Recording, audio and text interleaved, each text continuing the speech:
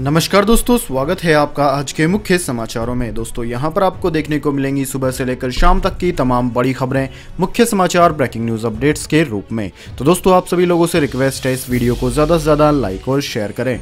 तो दोस्तों सीधे चलते हैं आज की पहली बड़ी खबर की ओर। दिल्ली हाईकोर्ट का केंद्र को नोटिस, ऑक्सीजन की कमी पर कहा आप शुतुरमुर्ग की तरह रेत में सिर छिपा सकते हैं लेकिन हम नहीं।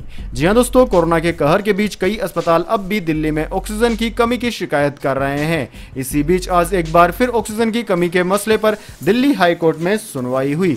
इस दौरान अदालत ने केंद्र से कारण बताने को कहा है कि दिल्ली को ऑक्सीजन की आपूर्ति पर आदेश की तामील नहीं कर पाने के लिए उसके खिलाफ अवमानना कार्यवाही क्यों नहीं शुरू की जाए। हाईकोर्ट ने तीखी टिप्पणी करते हुए केंद्र से कहा कि आप शुतुरमुर्ग की तरह रेत में सिर छिपा सकते हैं, हम ऐसा नहीं करेंगे। हाईकोर्ट ने केंद्र की दलील को खारिज कर दिया कि मौजूदा चिकित्सकीय ढांचे को देखते हुए दिल्ली 700 मीट्रिक टन चिकित्सकीय ऑक्सीजन की हकदार नहीं है। अदालत ने कहा कि सुप्रीम कोर्ट का 30 अप्रैल का आदेश दिखाता है कि उसने केंद्र को 700 मीट्रिक टन ऑक्सीजन मुहैया कराने का निर्देश दिया, न कि महज 490 मीट्रिक टन। अदालत ने कहा कि हम हर दिन इस खौफनाक हकीकत को देख रहे हैं कि लोगों को अस्पताल में ऑक्सीजन या आईसीयू बेड नहीं मिल रहे हैं। कम गैस आपूर्ति के कारण बेड की संख्या घटा दी गई है।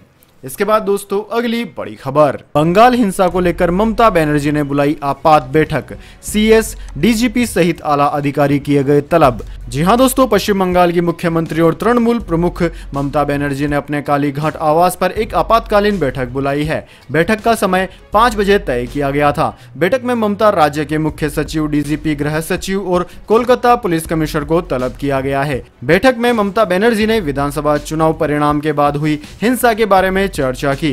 दूसरी तरफ प्रधानमंत्री नरेंद्र मोदी ने बंगाल के राज्यपाल से फोन पर बात की है। पीएम मोदी ने राज्य की कानून व्यवस्था पर चिंता जताई है। बंगाल के राज्यपाल जगदीप धनखड़ ने कहा है कि हिंसा और हत्याएं बेरोक टोक जारी है। उन्होंने राज्य की कानून व्यवस्था को लेकर चिंता जताई है। वहीं दोस्तों बंगाल सरकार नंदीग्राम के रिटर्निंग ऑफिसर को सुरक्षा प्रदान कर रही है। आरओ के घर पर सुरक्षा व्यवस्था बढ़ा दी गई है। यह कार्यवाही इलेक्शन कमीशन के निर्देश पर की गई है। दोस्तों आपकी जानकारी के लिए बता दें, एक दिन पहले ही बंगाल की मुख्यमंत्री ममता बनर्जी ने कहा था कि नंदीग्राम के आरओ को हत्या की धमकी मिल रही है। इसके बाद दोस्तों अगली बड़ी खबर, प्रधानमंत्री की काशी में बीजेपी को करारा झटका। बनारस में जिला पंचायत सदस्य की 40 सीटों में बीजेपी महज 7 पर जीती, 14 पर सपा ने जमाया कब्जा। जी हाँ दोस्तों, उत्तर प्रदेश के पंचायत चुनाव में प्रधानमंत्री नरेंद्र मोदी के संसदीय क्षेत्र बनारस यानी कि वाराणसी में उनकी पार्टी भाजपा पूरी तरह से पिछड़ती दिख रही है। यहाँ जिला पंचायत सदस्य की 40 सीटों में से 39 पर चुनाव हुए। एक सीट पर प्रत्याशी की मौत के चलते चुनाव स्थगित हो गए थे। अब तक 26 सीटों के परिणाम आ चुके हैं। भाजपा मात्र 7 सीट जीत सकी है, वहीं 14 सीटों पर समाजवादी पार्टी ने कब्जा जमाया है।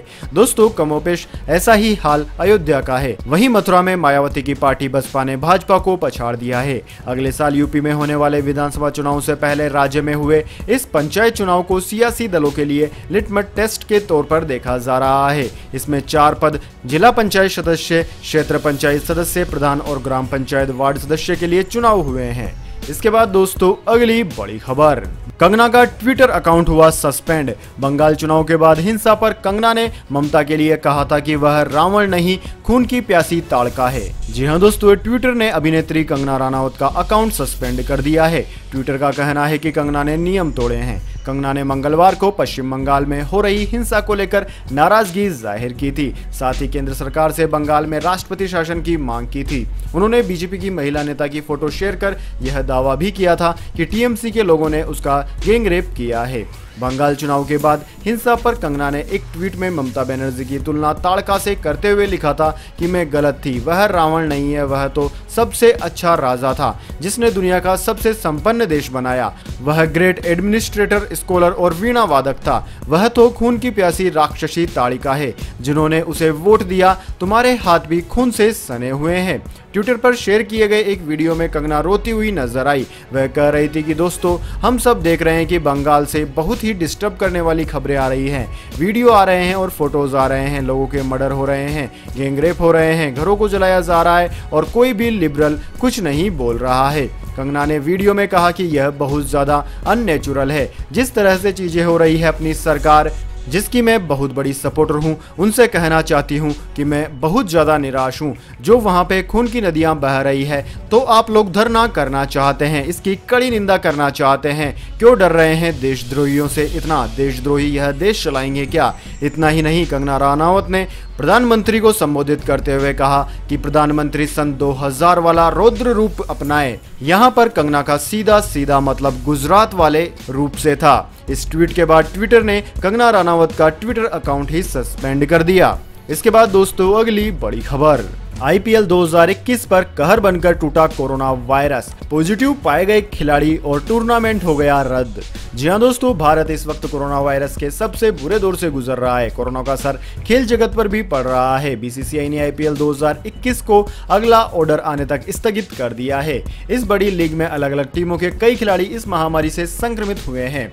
दोस्तों, अगर संक्रमित खिलाड़ियों की बात की जाए तो इनमें अमित मिश्रा और रिद्धिमान साहा का नाम आता है। KKR के भी 2 खिलाड़ी पॉजिटिव पाए गए हैं। इनमें वरुण चक्रवर्ती और संदीप वॉरियर का नाम है। CSK खेमे की बात करें तो CSK खेमे से काशी विश्वनाथ और bowling coach Lakshmipathy Balaji positive पाए गए हैं। वहीं दोस्तों इनके अलावा Devdutt Padikkal, Daniel Sams, Anrich Nortje, Axar Patel, Nitish Rana, Kiran More आदि सहयोगी स्टाफ और खिलाड़ी कोरोना पॉजिटिव पाए गए हैं। जिसके बाद यह फैसला लिया गया कि IPL 2021 को अगली तारीख आने तक स्थगित कर दिया जाता है।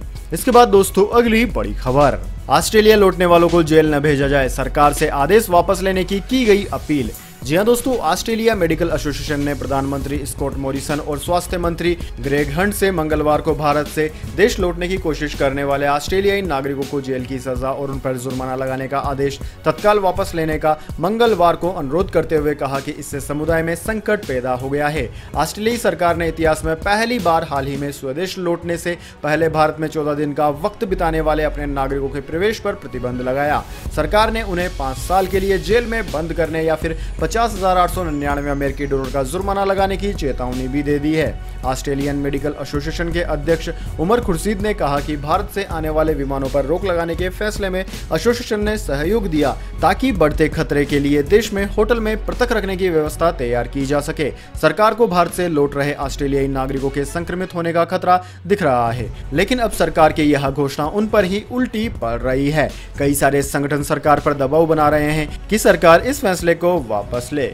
इसके बाद दोस्तों अगली बड़ी खबर, ब्लूमबर्ग की रिपोर्ट, भारत ही नहीं कई विकासशील देशों को गिरफ्त में ले रहा है कोरोना। दोस्तों, भारत इस वक्त पूरी दुनिया में कोरोना की सबसे बुरी मार झेल रहा है।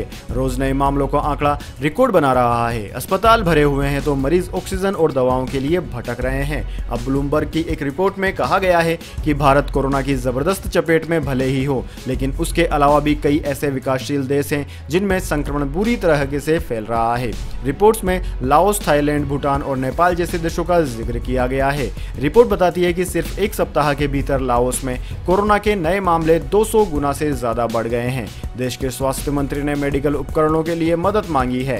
इसी तरह नेपाल में इस वक्त अस्पताल कोरोना मरीजों से भरे हुए हैं और ऑक्सीजन सप्लाई की जबरदस्त कमी है। लोगों को ऑक्सीजन कंसेंट्रेटर नहीं मिल रहे हैं। कुछ ऐसी ही हालत थाईलैंड में भी बनी हुई है, जहां करीब 98% केस कोरोना के नए संक्रामक स्ट्रेन के हैं। माना जा रहा है कि यह संक्रामक स्ट्रेन देश में कोरोना मरीजों की संख्या में बेहताशा वृद्धि कर सकता है।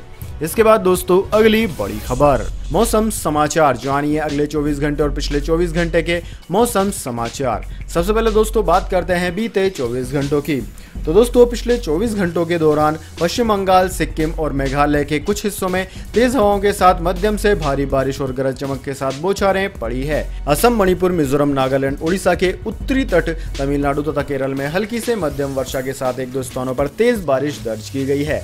मध्य प्रदेश, मध्य महाराष्ट्र, मराठवाड़ा, तेलंगाना, पूर्व और मध्य उत्तर प्रदेश, झारखंड, बिहार के कुछ हिस्सों में छिटपुट बारिश हुई है। तटीय आंध्र प्रदेश, गुजरात और लक्षद्वीप में 1-2 स्थानों पर हल्की बारिश हुई।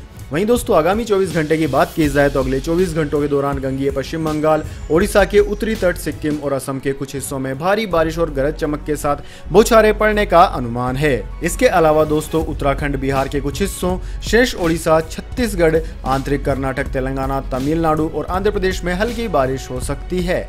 हल्की बारिश के साथ धूल भरी आंधी राजस्थान के भी कुछ हिस्सों तथा पंजाब और हरियाणा में चल सकती है। इसके बाद दोस्तों अगली बड़ी खबर, अंतरिक्ष में आउट ऑफ कंट्रोल हुआ 21 टन का चाइनीज रॉकेट, कई देशों पर मलबा बरसाकर मचा सकता है तबाही। जी हाँ दोस्तों, चीन की वजह से दुनिया को कोरोना का सामना करना पड़ा। कई देश देखते ही देखते लाशों के ढेर में तब्दील हो गए। इसके बाद भी आज तक चीन ने नहीं माना कि उसने कैसे इस वायरस को दुनिया में फैलाया। अब चीन द्वारा लॉन्च एक रॉकेट तबाही मचा सकता है। चीन ने 29 अप्रैल को स्पेस में लॉन्ग मार्च रॉकेट लॉन्च किया था। अब एक्सपर्ट्स का कहना है कि चीन का कंट्रोल इससे हट गया है। ये रॉकेट आउट ऑफ कंट्रोल होकर टूट गया है और आसमान से इसके बड़े बड़े टुकड़े नीचे गिर रहे हैं। ये टुकड़े धरती पर कई देशों पर बरसकर तबाही मचा सकते हैं। जोनाथन मैकडोवेल, जो स्पेस की गतिविधियों पर नजर रखते हैं, ने स्पेस न्यूज को बताया कि चीन का रॉकेट टूट चुका है। इसका मलबा अंतरिक्ष में फैला हुआ है और ये तेजी से धरती की तरफ गिर रहा है। जोनाथन ने मलबे की हालत देखकर कहा कि ये धरती पर बरसकर कई देशों में तबाही मचा सकता है। जिन देशों को ये मलबा निशाने पर लेगा उसमें न्यूयॉर्क, मैड्रिड, बीजिंग, चिली और न्यूजीलैंड का कुछ हिस्सा शामिल है। दोस्तों एक्सपर्ट्स का कहना है कि चीन का 100 फुट लंबा रॉकेट 4 मील प्रति सेकंड की रफ्तार से नीचे गिर रहा है। इसके टुकड़े कहीं भी गिर सकते हैं। हो सकता है कि यह भारी जनसंख्या वाली जगह पर गिरे या ऐसा हो सकता है कि यह किसी खाली जगह पर गिरे। एक्सपर्ट्स लगातार इस पर नजर बनाए हुए हैं। तो दोस्तों यह थी आज दिन भर की तमाम बड़ी खबरें। अगर दोस्तों वीडियो आपको पसंद आई है तो वीडियो को ज़्यादा से ज़्यादा लाइक और शेयर करें। और दोस्तों इस तरह की काम भी खबरें हर रोज़ जानने के लिए हमारे यूट्यूब चैनल को सब्सक्राइब करके बेल आइकन ज़रूर से दबाइए। और दोस्तों कमेंट बॉक्स में बताइए कि आप कौन से राज्य में रहते हैं, ताकि आने वाली वीडियोज़ में हम आपके राज्य की खबरें प्रमुखता से दिखा सकें। धन्यवाद। जय हिंद, जय भारत।